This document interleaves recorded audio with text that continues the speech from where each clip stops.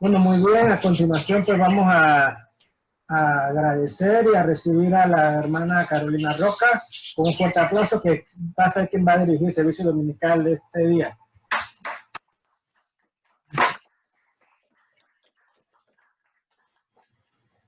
Vamos a compartir. Un momento.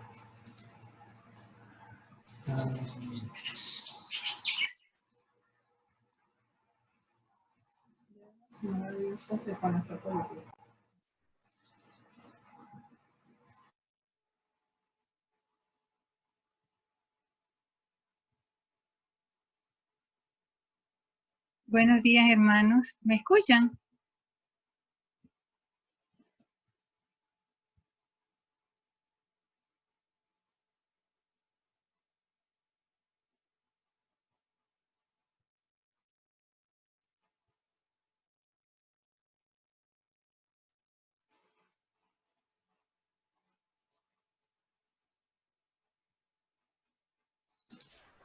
Sí, nosotros la escuchamos. Buenos días.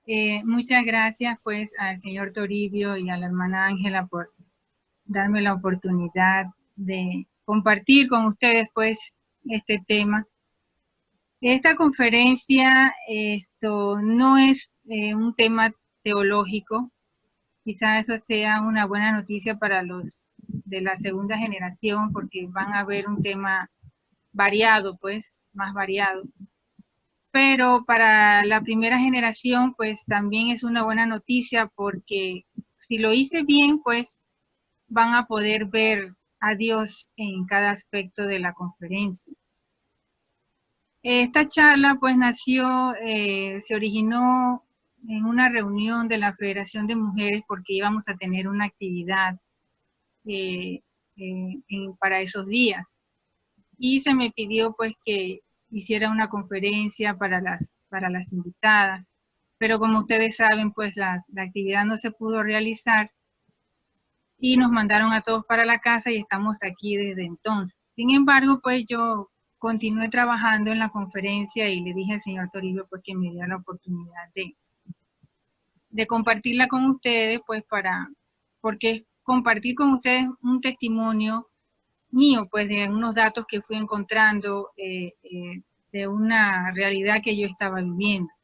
Compartirla con ustedes para que ojalá también a ustedes les pueda servir si tienen algún problema de salud similar o algún asunto, pues espero que la conferencia les pueda ser de mucha utilidad.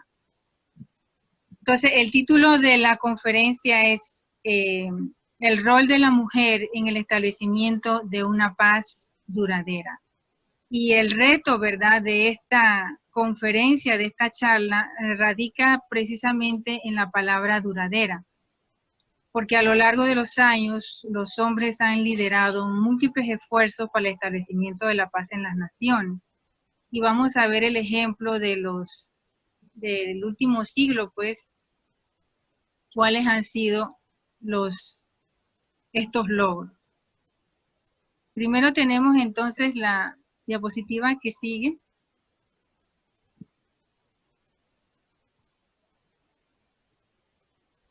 Aquí vemos, ¿verdad? Este es uno de mis ejemplos favoritos, Sudáfrica. En 1994, el presidente Frederick William de Klerk firma con el líder Nelson Mandela un acuerdo de paz que pone fin a siglos de apartheid. Otro ejemplo, en la siguiente diapositiva, Guatemala, el 29 de diciembre de 1996, el gobierno de Guatemala y la Unión Revolucionaria pusieron fin a una guerra que duró 36 años. Siguiente.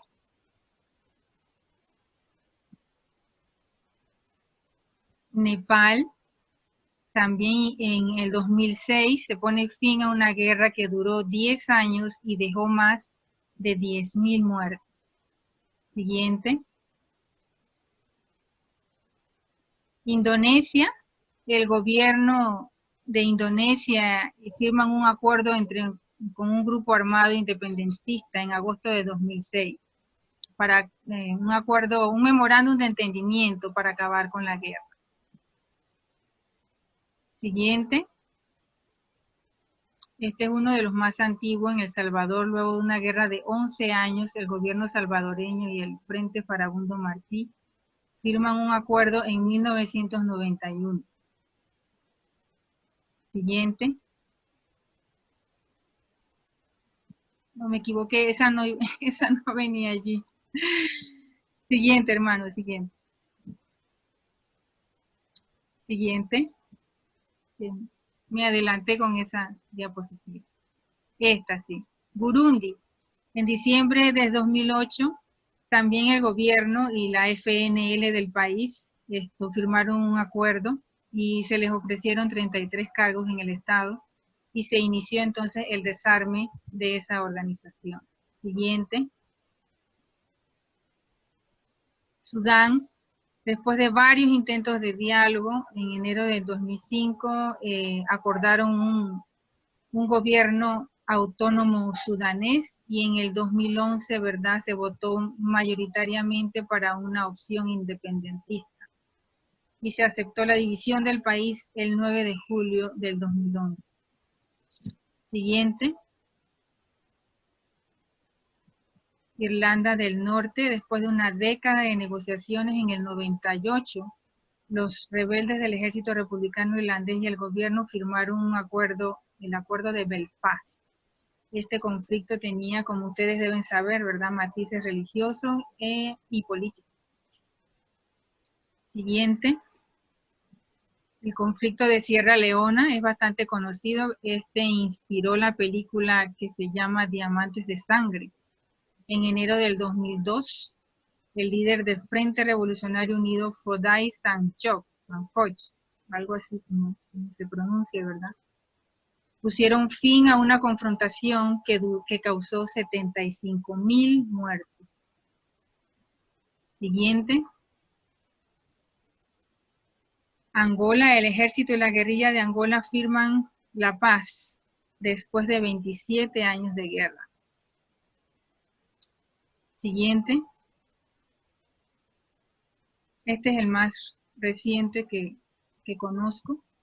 La firma del acuerdo final entre el gobierno del presidente Juan Manuel Santos y el líder de las FARC, Rodrigo Londoño.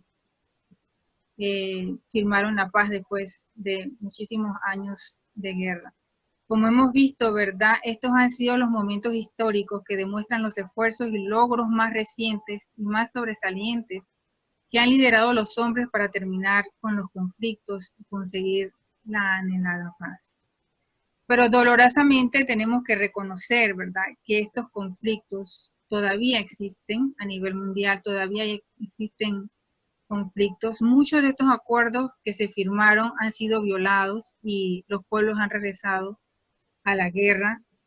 Una nota que debemos de tomar en cuenta es que muchos de estos acuerdos de paz en realidad tienen trasfondos de beneficios comerciales, beneficios políticos. Yo siento que en el fondo no hay un verdadero deseo de terminar con el conflicto porque siento pena por el dolor que le causo a mi prójimo, porque tengo un arrepentimiento o algo así, ¿no? Un tipo de este tipo de sentimientos creo que más bien son, se producen pues a raíz de beneficios económicos y beneficios políticos. Entonces, si podemos volver a la diapositiva, hermano, de cómo está el mapa mundial actualmente, cuáles son los países en conflicto.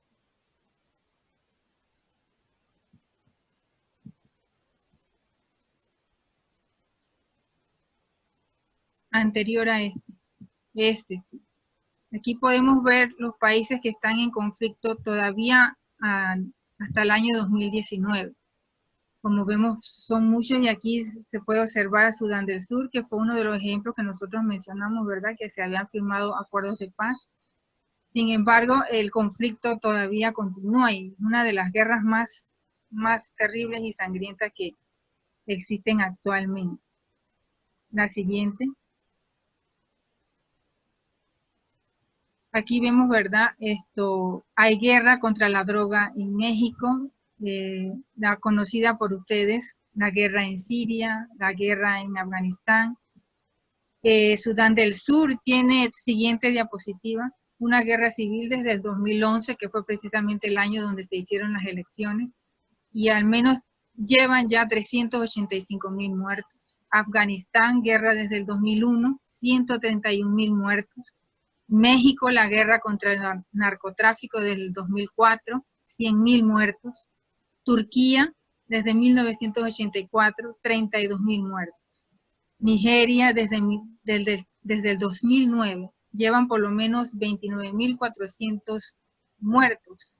Y en Myanmar, desde el 2017, tienen por lo menos 24.000 muertos. Entonces, esto se hace evidente, ¿verdad? Esta es una clara evidencia de que la paz que hemos obtenido hasta ahora no ha sido duradera, no es permanente ni ha trascendido en el tiempo. En esta conferencia se está tratando de hacer un llamado, ¿verdad?, a las mujeres para que lideremos o nos inspiremos en colaborar utilizando nuestras cualidades, ¿verdad?, para un movimiento de paz que traiga paz duradera al mundo. Pero ¿cómo podríamos nosotras colaborar para que estos esfuerzos de paz permanezcan? Es la pregunta que surge, ¿no? También surge la pregunta, ¿qué podemos hacer nosotras que no se haya hecho ya? En realidad el trabajo que hay que hacer es arduo, como hemos visto, es enorme, pero sería fundamental y trascendental. Si nos ponemos a observar, ¿verdad?, las características de la mujer, en realidad estamos dotadas con ciertos atributos que nos hacen perfectas para esta labor. Si observamos, incluso dentro del hogar, el rol de la mujer siempre ha sido el de conciliadora. Ella siempre trata de buscar la paz entre los chicos, ¿verdad?, los hermanos cuando se pelean, ella siempre trata de buscar la armonía. La mujer es la primera educadora, ¿no? Ella es la quien forma, quien educa a los chicos, a sus hijos en valores, e incluso también al esposo. La mujer es la más afectada cuando se suscitan guerras y conflictos. Ella es la que menos le interesa que haya guerras, porque son sus esposos, sus hijos, sus hermanos y hasta sus padres los que van al frente de batalla, sin saber si los volverá a ver con vida. La siguiente diapositiva.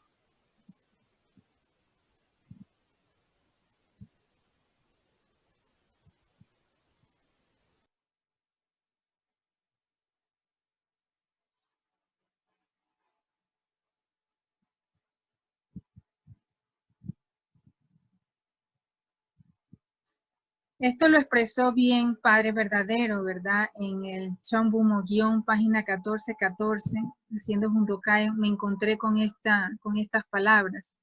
Cuando las mujeres se pelean, pueden reconciliarse después de derramar lágrimas, pero los hombres son capaces de seguir luchando hasta el derramamiento de sangre. Si leemos bien estas palabras, podemos sentirnos identificadas, ¿verdad? Cuando nosotras tenemos un conflicto unas con otras, nos peleamos, ¿qué hacemos? Después de meditar y que todo se enfría, nos apaciguamos, buscamos la reconciliación, hablamos. A nosotras las mujeres nos gusta mucho hablar, nos abrazamos, derramamos lágrimas y todo se acabó, todo termina allí. O quizás nunca se reconcilien, pero de algo sí estoy segura es que nunca ninguna de nosotras va a tomar un arma para ir a matarnos unas a otras, y mucho menos de generación en generación. Porque como ya lo vimos, ¿verdad?, tenemos mucho que perder. La paz de nuestro hogar, que es lo que más amamos, nuestros esposos, nuestros hijos, ¿verdad? Es el tesoro más grande para la mujer. También en la autobiografía del Padre Verdadero, en la página 198, los que quieren tomar nota, ¿verdad?, el Padre dice: la madre es la fortaleza que protege a la familia. No importa cuánto pueda cambiar la sociedad, la familia puede mantenerse sana y pacífica solo si existe el sacrificio y el servicio de la madre. Solo en una familia tal pueden crecer niños hermosos. Un cangrejo que camina de lado no puede decir a sus hijos que caminen hacia adelante. Siguiente diapositiva. ¿Recuerdan ustedes el lema de la gira de la madre en el 2008? Peace starts with me. La paz empieza conmigo. Yo siento que si reflexionamos bien es precisamente en este eslogan donde podemos encontrar la clave para lograr el éxito en el establecimiento de una paz que sea duradera. La paz realmente tiene que comenzar conmigo, con el individuo, conmigo mismo. La siguiente diapositiva. Esta es, ¿verdad?, la realidad del ser humano, que tenemos una lucha interna. Ahí estoy yo abrazando mi monstruito. Mi monstruito que llevo dentro de mí, ¿verdad? Que lo he aprendido a querer, a comprender, a escucharlo, porque me metía en muchos problemas, ¿verdad? Cuando había una situación, él era el que salía primero a la defensa, pero me metía en muchos problemas, así que comencé a dialogar con él. ¿Sabes qué? No es así. Si tú te pones a pensar de eso que estás sintiendo, lo puedes decir de otra manera, con otras palabras, o tratar de ver el punto de vista de la otra persona, cuáles son sus razones. Y esto nos estamos entendiendo, poco a poco nos estamos entendiendo. Ya por lo menos ella no es la primera que salta, ¿no? No sé cuántos de nosotros experimentamos esto, ¿verdad? En nuestras vidas. Siguiente diapositiva. Este conflicto, ¿verdad?, trasciende. Del individuo trasciende a la familia, trasciende a las naciones, trasciende a la sociedad y la guerra, entonces, exactamente, se lleva a cabo entonces a nivel mundial. Siguiente diapositiva. Es entonces evidente que ¿dónde debemos de tenerlo primero? Debemos regresar al individuo, comenzar allí. Y es allí donde la mujer puede desempeñar el papel más importante de toda su vida. La mujer puede desarrollarse perfectamente en el campo laboral, puede conseguir todas sus metas que ella se proponga, tiene toda la capacidad intelectual, todo para hacerlo. Sin embargo, yo siento que el papel más importante de la vida de una mujer y de mayor utilidad es la de educar individuos de paz. Para ponerles un ejemplo, hay una serie en Netflix, para los que ven Netflix, que se llama Yo soy un asesino. Yo me puse a ver esta serie, es un documental. No sé por qué, porque la verdad, ese tipo de títulos no son los que me llaman a mí la atención, al contrario. De primer momento pensé que se trataba de algo morboso, ¿no? De decir cómo lo mató, cómo lo acuchilló, cómo le hizo, pero me llamó no sé por qué la atención y comencé a ver el documental. Y en este documental se hace una entrevista dentro de las cárceles en Estados Unidos a aquellas personas que han sido condenadas a la pena de muerte por el delito de asesinato. Y en la intro del documental vi unos datos muy interesantes. Dice que desde 1976, cuando se introdujo nuevamente la pena de muerte en Estados Unidos, a esta fecha, ya se han sentenciado a muerte a más de 8,000 personas, pero que menos del 10% de estas personas son mujeres. Como les decía, ¿verdad? Yo no sé por qué me interesé por el documental, pero seguí viéndolo, ¿no? Y el programa intenta en realidad es averiguar qué hay detrás de la persona que cometió el asesinato, su historia, su infancia, su adolescencia, y allí pude observar 4 constantes. Número 1, maltrato y o abandono por parte de los padres. Número 2, abuso sexual infantil. Número 3, un factor que nunca faltó, drogas y alcohol. Y número 4, comenzaron en la adolescencia. Hay una historia, una de las historias que más me llamó la atención en el documental, que es realmente estremecedor lo que ese hombre vivió durante su niñez, porque también para más grave todavía porque se trataba de una persona con una discapacidad mental. Y es tan estremecedor el relato de su infancia, al grado de que la sobrina de la víctima, al leer el expediente de este asesino, fue a visitarlo a la prisión, lo abrazó y le dijo, tus padres son los que deberían de estar aquí, tú no. Así que vemos, ¿verdad?, un ejemplo de lo importante que es el rol de los padres, educar, conciliar, abrazar, contener.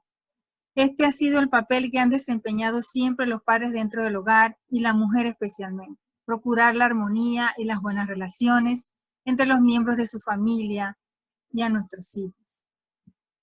Pero antes de llegar a ese punto tan importante de convertirnos en esa mujer excepcional, conciliadora, etcétera, etcétera, hay algo que nosotras debemos de reconocer. No somos perfectas, tenemos nuestras heridas emocionales, nuestros traumas, arrastramos, ¿verdad?, carencias desde la infancia. Y siguiente diapositiva. Y es algo que nosotros tenemos que reconocer. Muchas veces, por condicionamiento social, nosotras las mujeres principalmente tendemos a pensar que si dedicamos tiempo a nosotras mismas, estamos siendo egoístas, ¿no? Si nosotros, por ejemplo, si nosotras queremos ir al salón de belleza o reunirnos con unas amigas o un tiempo para nosotras, ¿verdad? Comienza todo este rollo dentro de la cabeza de la mujer. ¿Qué hago aquí? ¿Por qué no estoy en la casa? Debería estar en la casa cocinándole a los niños, haciendo que estarán haciendo, soy una mala madre, etcétera, etcétera, que irresponsable. Todo este rollo, ¿verdad? Comienza dentro de la cabeza de la mujer. Pero hay algo que quiero decirles, hermanas, yo era así, yo soy así. Y hay algo que he tenido que aprender, y es lo siguiente. Nadie que no se cuide a sí misma podrá de una forma prolongada cuidar de otros. Mamá también se cansa, como lo vemos allí. Mamá también se enoja, siente ganas de desaparecer, de irse lejos. Entonces, nosotras primero tenemos que curarnos a nosotras mismas. Quizás el acto más responsable que podamos hacer para con nuestra familia es de curar nuestras heridas. Si usted ve que dentro de sí hay heridas emocionales, cosas que arrastra desde el pasado, no tenga miedo, no tenga culpa, vaya al psicólogo, busque libros, etcétera, etcétera, y trate de sanar eso. Trate de sanar eso porque eso va a explotar en el momento menos indicado. Y nosotras necesitamos tener, ¿verdad?, esa paz dentro de nosotras para transmitírselo a nuestros hijos y poder entonces cumplir con este rol tan importante. Siguiente diapositiva. En esta misma línea, ¿verdad?, de curarnos a nosotras mismas, quisiera compartir con ustedes unos datos que yo descubrí, o que más bien siento que Dios los puso a mi alcance, a raíz de un padecimiento de salud que yo tenía y por el cual estaba muy preocupada. Espero que estos datos les puedan servir de ayuda como me ayudaron muchísimo a mí. Como ustedes saben, ¿verdad?, el ser humano tiene dos dimensiones, la dimensión del cuerpo y la dimensión de la mente. Vamos a empezar por ver unos datos muy interesantes que están relacionados con el cuerpo humano. Vamos a entrar entonces en materia. ¿Han escuchado alguna vez hablar acerca del metabolismo? Pueden contestar. Metabolismo. ¿Alguien ha escuchado hablar del metabolismo? No se oye, bueno. El metabolismo, ¿verdad? Se ha escuchado hablar, algunos hemos escuchado hablar muchas veces del metabolismo sin ponerle mucha atención. ¿Qué será metabolismo? Yo sé que tiene que ver con algo del cuerpo, pero exactamente no sé quién es. Sí escuché decir que a partir de los 50 años el metabolismo se vuelve mucho más lento y que se hace imposible bajar de peso. Pero he podido comprobar que esto no necesariamente es cierto. Vamos a ver qué es el metabolismo. ¿Me escuchan? Nada más quisiera saber si me están escuchando. Sí, perfecto. Ah, perfecto. Ok, gracias. Sigo pues. El metabolismo es el proceso mediante el cual el cuerpo crea energía. Ocurre dentro de la célula, específicamente dentro de la mitocondria, que es en donde entran las proteínas. Después que comemos, el cuerpo hace la digestión y va hacia la mitocondria, las proteínas, las grasas y los carbohidratos. Todo esto se tiene que combinar con el oxígeno, lo cual crea una sustancia que se llama ATP. En inglés es adenosine triphosphate. En español se dice trifosfato de adenosina. Esa sustancia es la energía del cuerpo. Si el cuerpo tiene mucho ATP, el individuo va a tener mucha energía. Pero si por el contrario tiene poco ATP, se va a sentir sin ganas, somnoliento, cansado, sin motivación. El metabolismo es controlado por esto que vemos aquí en la imagen, el sistema nervioso central autónomo. Los chicos han tenido que haber visto esto en la clase de ciencia. El sistema nervioso central autónomo es quien domina el metabolismo y se divide en dos, el sistema nervioso simpático y el sistema nervioso parasimpático. Ahí vemos entonces las funciones de cada uno. El sistema nervioso parasimpático tiene que ver prácticamente con todo el sistema del cuerpo. El sistema endocrino, el sistema digestivo, el sistema respiratorio, las palpitaciones del corazón, la circulación de la sangre. Incluso tiene que ver con el estado de tranquilidad, pero lo más importante es que el sistema parasimpático es el que cura el cuerpo, el que regenera el cuerpo, el que detecta dónde están, ¿verdad? Las enfermedades, las células que tienen problemas, etcétera, etcétera. O sea, es el que tiene que ver con nuestro sistema inmune. El sistema nervioso simpático es el sistema que se activa cuando nosotros estamos en una situación de alerta.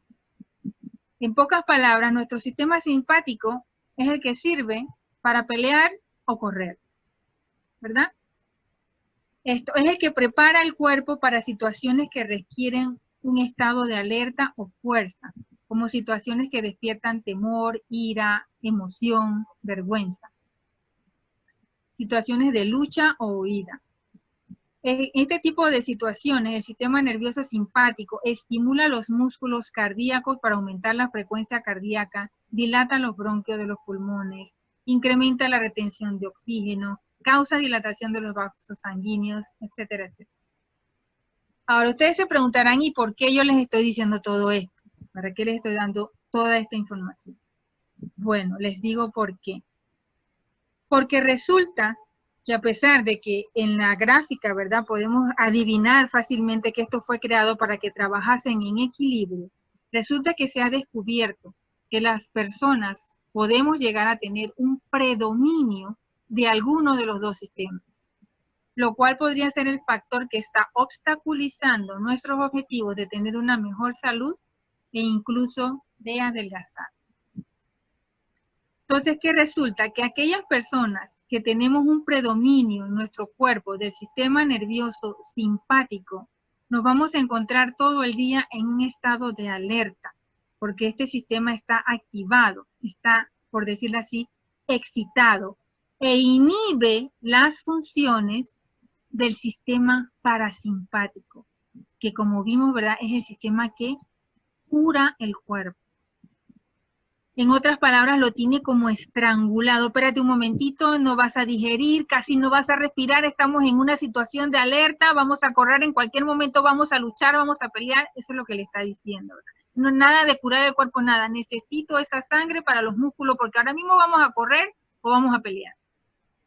Y mientras el sistema esté así, se ralentiza el metabolismo. La otra cara de la moneda sería que si su sistema parasimpático es el predominante, igual se van a tener problemas con el metabolismo. Siguiente diapositiva.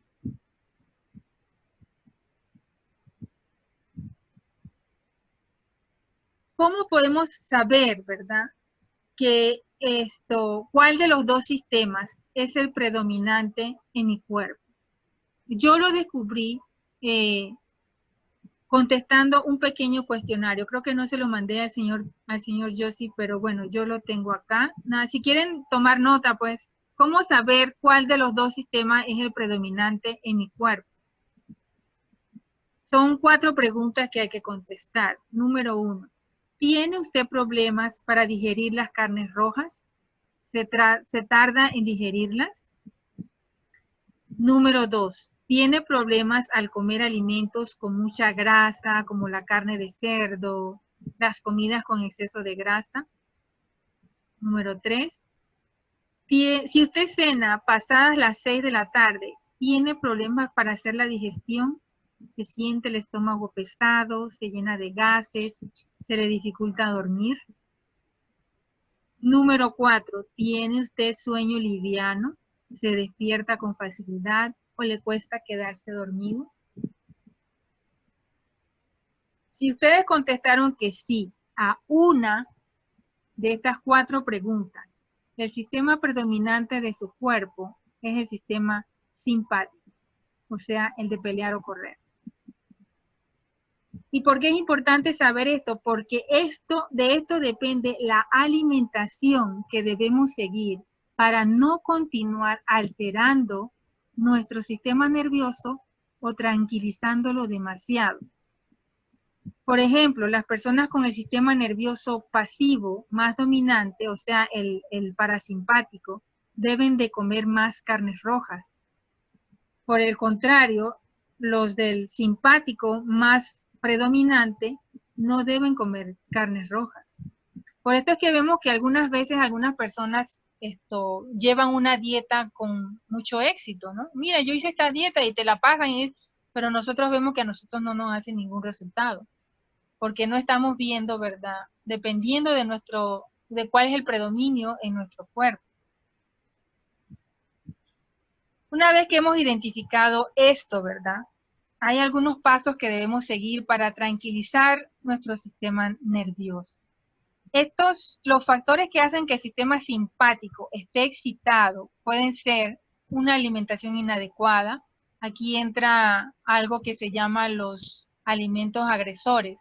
Si usted está comiendo una comida que en realidad es agresiva para su cuerpo, eso hace, ¿verdad?, que el sistema nervioso esté excitado. El estrés cotidiano, el estrés laboral también es un factor que hace que el sistema simpático esté excitado. Y las situaciones o eventos familiares, qué sé yo, un divorcio, pérdida del trabajo, algún evento traumático, ¿verdad? Entonces, ¿cómo tranquilizamos nuestro sistema nervioso? Es muy importante. Aquí en la diapositiva pues vemos algunos trucos para tranquilizar el sistema nervioso. Primero que todo, la respiración. Debemos aprender a respirar 20 veces de inhalación profunda. O sea, no es que van a inhalar solamente 20 veces, no. La respiración completa debe hacerse 20 veces. ¿Pero cómo? Usted inhala profundamente, sostiene por 8 segundos y luego bota. Esto lo hace 20 veces. Esto comienza a relajar el cuerpo, tanto que ustedes se van a dar cuenta cuando lo comiencen a hacer que van a comenzar a bostezar, porque el sistema nervioso está comenzando a relajarse. Número 2, conexión a tierra. Cuando lleguen del trabajo, bueno, del trabajo ya no, porque todos estamos en casa, ¿no? O ahora que estamos en casa, ¿verdad? Los que tienen jardín, salgan al jardín, se quitan los zapatos y caminan por el jardín o en la arena por 15 minutos. Esto hace que toda la corriente, ¿verdad?, que hemos acumulado en el cuerpo baje a tierra. No sé si han oído hablar del síndrome de las personas que tienen las piernas inquietas. Yo soy así, necesito tener control de mis piernas, ¿no? Siempre están muy inquietas. Bueno, esto este ejercicio sirve para que poco a poco toda esa energía acumulada que no tiene por dónde salir, salga a tierra, ¿verdad? Y va tranquilizando el sistema nervioso. Número 3, la dieta correcta. Después que hemos identificado cuál es nuestro sistema predominante, ¿verdad? buscar cuál es la dieta correcta. Esto lo podemos hablar lo podemos hablar después si alguien quiere preguntarme más al respecto. La hidratación correcta, o sea, tomar agua. Y entre los datos que conseguí, ¿verdad? La cantidad de agua, porque no todos tenemos el mismo físico, no somos más altos, más chicos, más gordos, más flacos. Entonces dice que la fórmula para saber cuánto tienes que tomar de agua es dividir tu peso en libras entre 16. Y eso te dará la cantidad de vasos de agua que debes tomar al día. Tu peso en libras entre 16. Y tomar el sol de 10 a 15 minutos en la mañana. Eso se puede hacer cada 2 días, no tienen que estar tomando el sol todos los días. Cada 2 días porque esa energía se acumula. Esto tranquiliza muchísimo el sistema nervioso y facilita el sueño. Yo no sé si ustedes han visto, ¿verdad? En las personas que van a la playa, que tiran su toalla o alguna silla, se quedan profundamente dormidos. Se quedan tan dormidos que incluso se queman del sol, les da una insolación y no se dieron cuenta porque están profundamente dormidos. El sol tranquiliza el sistema nervioso. Es muy tranquilizante. Número 6, hay que ingerir magnesio. El magnesio también es un mineral que tranquiliza el cuerpo, relaja los músculos, participa en 300 acciones hormonales distintas, muchísimo más que el calcio. Es el mineral más necesario en el metabolismo. Sin embargo, se ha descubierto que el 87% de la población tiene deficiencia de magnesio. Igual el potasio. También hay que ingerir potasio y como última recomendación, ¿verdad? Evitar a la gente tóxica. Siguiente diapositiva. Esta es la fuente de donde yo encontré todos estos datos que les acabo de proporcionar. Si ustedes quieren ver más acerca del metabolismo, ¿verdad? Esto solo tienen que poner en una búsqueda en YouTube, Metabolismo TV. Y les voy a dar los capítulos que tienen que ver con el sistema nervioso, los más importantes, pues, son el capítulo 1043, 1472, 979, 755 y el capítulo 1822. Ustedes van a encontrar muchísima información. Él lo explica de una manera tan sencilla, que uno lo puede realmente entender. Siguiente diapositiva. Bien, yo practiqué, ¿verdad? Cuando vi esto, en realidad yo estaba buscando en las redes sociales soluciones a mi problema de salud y me topé con este señor, con el señor Frank Suárez. Y comencé a hacer todas las recomendaciones que él decía al pie de la letra y debo decirles que en 15 días, yo sin tomar una sola pastilla, sin pomada ni nada, ningún medicamento, pude tener la solución de mi problema.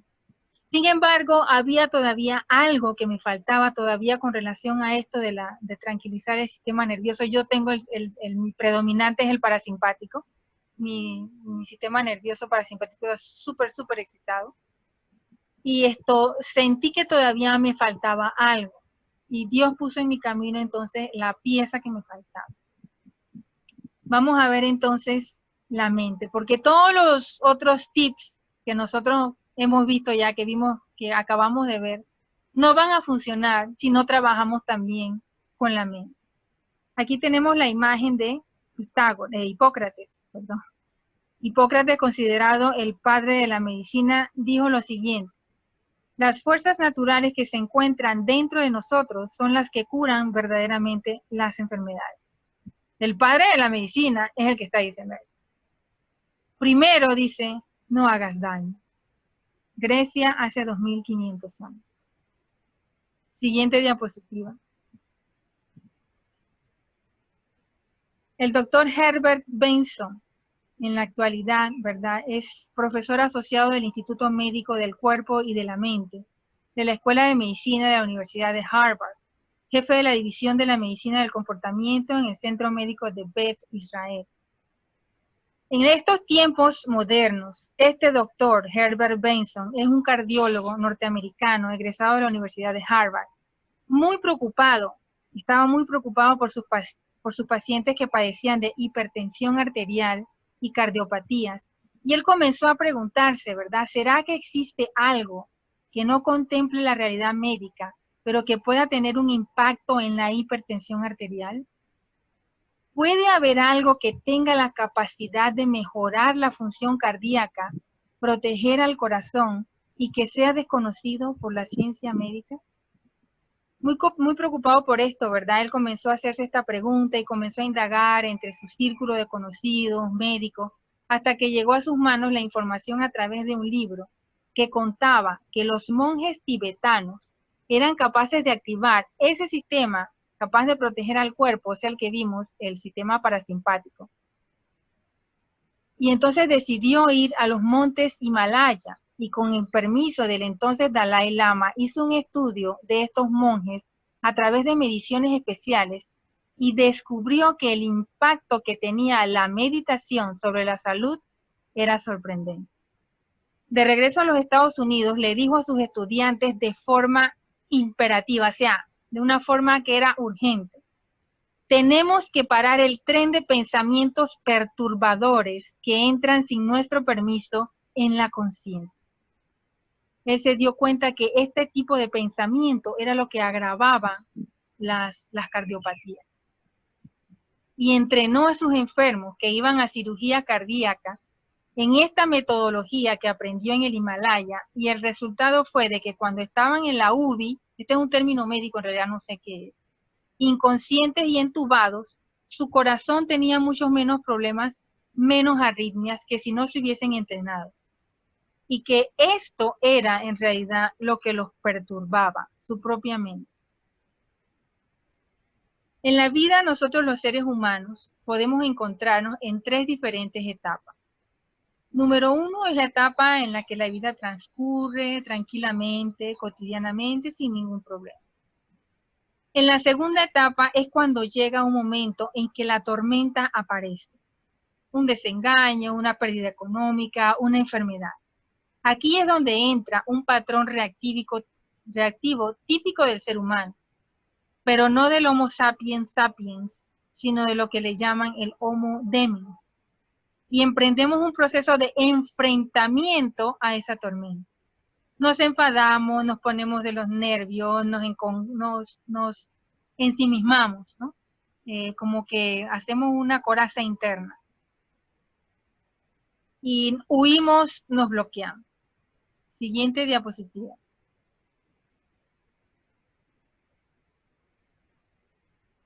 Este es el doctor Hans Selye. Hans Selye es considerado la autoridad en lo que se refiere a estrés. Médico, fisiólogo, ¿verdad? Descubrió que en esa etapa, o sea, en la segunda etapa, cuando la tormenta apareció, ¿verdad?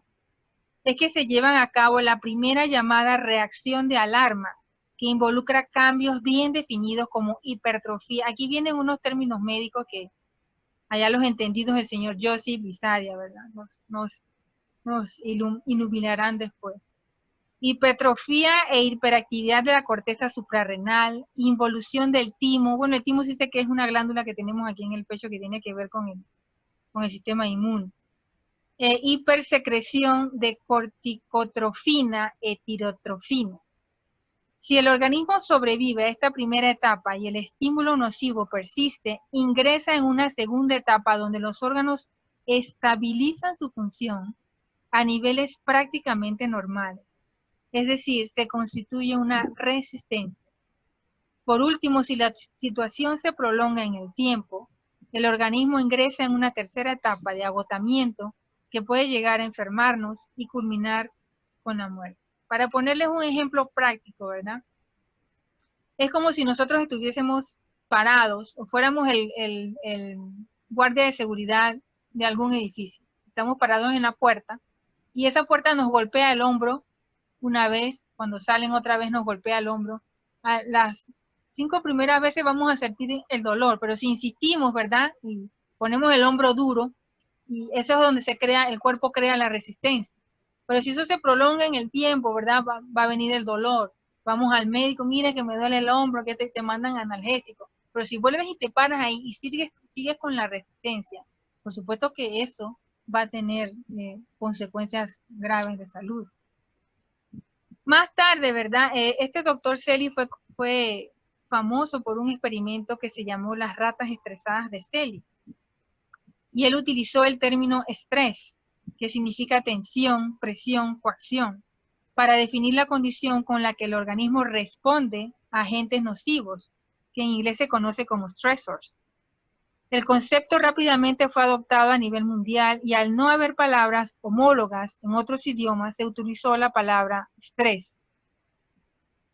En su autobiografía, The Stress of My Life, publicada en 1977, mencionó que el mejor término para definir su idea hubiera sido strain, que hace alusión a la idea de tensión o tirantez sobre el cuerpo.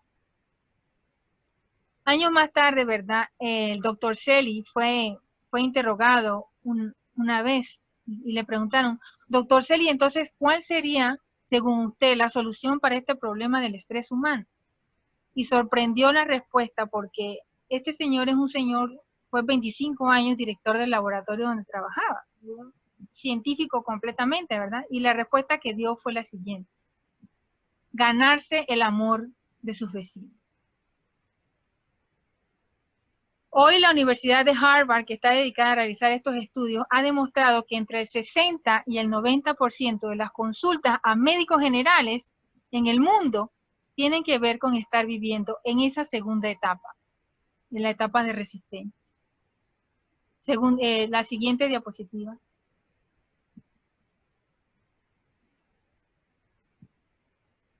Este es el doctor Mario Alonso Puig. Él es médico general cirujano de gastroenterólogo, creo que le llaman gastro, ¿no? Él es cirujano español. Y el doctor Puig, no sé si ustedes lo han visto alguna vez, yo estoy estudiando mucho sus conferencias. Tengo un dato que darles acerca de él, que ahora que termino aquí esta parte se los voy a decir.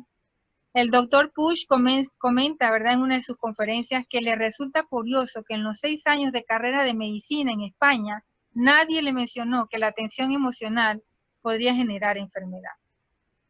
Cuando una persona se siente amenazada, se produce una desregulación del sistema simpático y parasimpático. Y él cuenta una historia muy interesante. Sé que él tenía una consulta bastante grande, ¿verdad? Y un día ve que llega una señora con no sé si ustedes han visto estos sobres de papel manila amarillo, lleno de un montón de exámenes.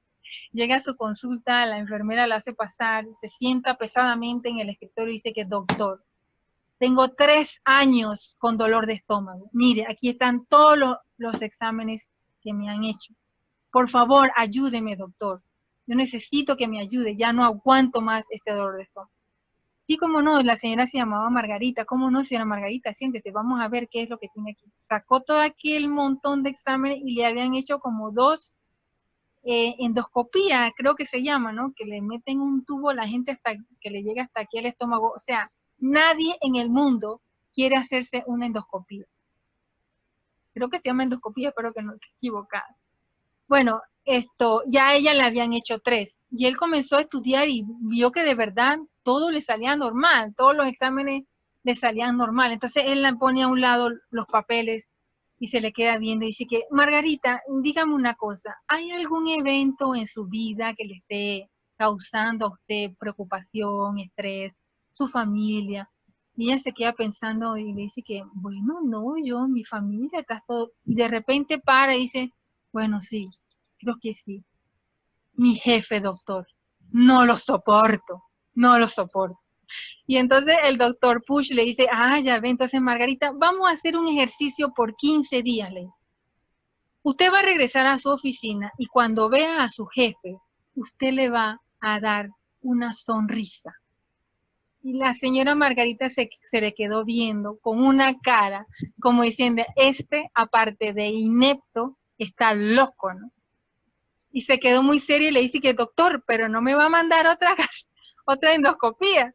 Y el doctor dice que Margarita, pero si ya le he mandado 3 y todo le sale bien, no, hagamos este ejercicio por 15 días.